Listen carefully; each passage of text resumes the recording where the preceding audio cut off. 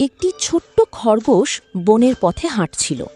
হঠাৎ সে দেখল একটি বৃদ্ধ কচ্ছপ ভারী খাবারের ঝুড়ি নিয়ে খুব কষ্ট করে হাঁটছে। পাশ দিয়ে কয়েকটি দুষ্টু বানর দাঁড়িয়ে হাসাহাসি করছিল, কিন্তু কেউ সাহায্য করছিল না।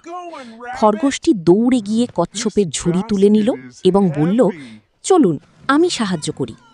কচ্ছপটি খুশি হয়ে হাসল। খরগোশ আর কচ্ছপ একসাথে হাঁটতে লাগল।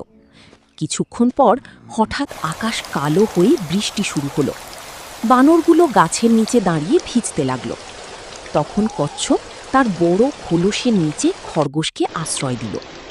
খরগোশ অবাক হয়ে বুঝল, ভালো কাজ করলে ভালোবাসাও ফিরে আসে। বৃষ্টি শেষে আকাশে সুন্দর রংধনু উঠল। বানরগুলো নিজেদের ভুল বুঝতে পেরে খরগোশ আর কচ্ছপের কাছে ক্ষমা চাইল। তারপর সবাই মিলে ফল খেতে খেতে আনন্দ করতে লাগল।